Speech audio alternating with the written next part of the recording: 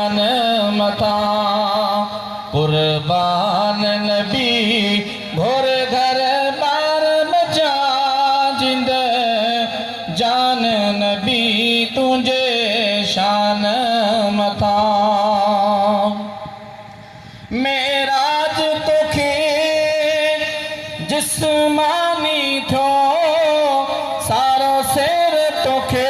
सुबहानी थो सारो ॾेहे तो ता कुर्बानी थियो सारो ॾेहे तो ता कुर्बानी थियो ॾिसी मलाइक थिया मस्तान नबी तुंहिंजे शान मथा कुर्बान नबी तुंहिंजे शान मथा घोर घर जिंद जान नबी तुझे शान मता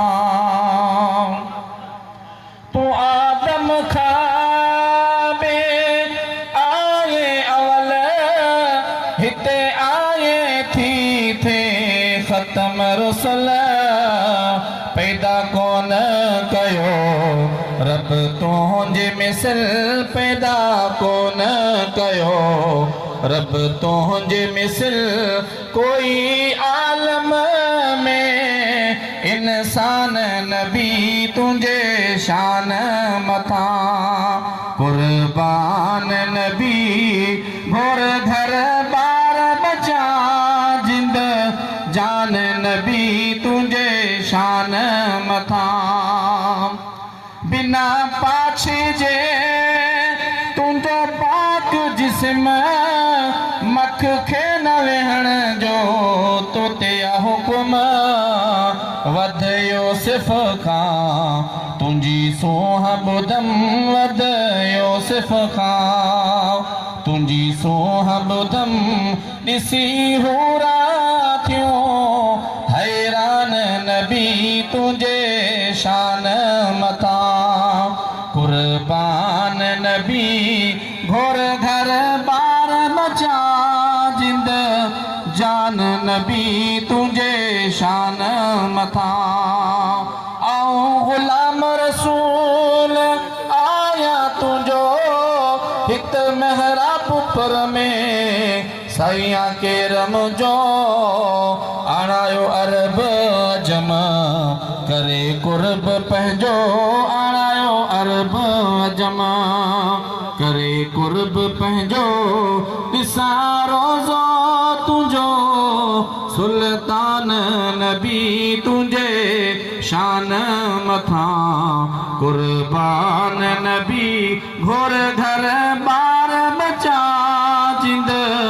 जान नबी तुंहिंजे शान मथा। غلام مرتضی مار صاحب بھی تشریف لائیں۔ محترم اصول زندہ ہے ہر بے اصول کے لیے فکری اصول زندہ ہے کہ ڈیفول زندہ ہے ہر بے اصول کے لیے فکری اصول زندہ ہے چبھن کے جشن ولادت ہم بتاتے ہیں جہاں والوں کو ارے ہم ہی تو ہیں وہ لوگ جن کا رسول زندہ ہے۔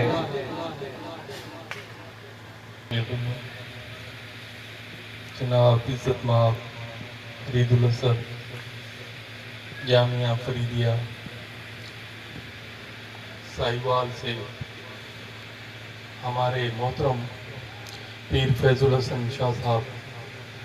تشریف فرمائے ہمارے گھر پہ، ان کی بڑی نوازش ہے، ان کی بڑا یہ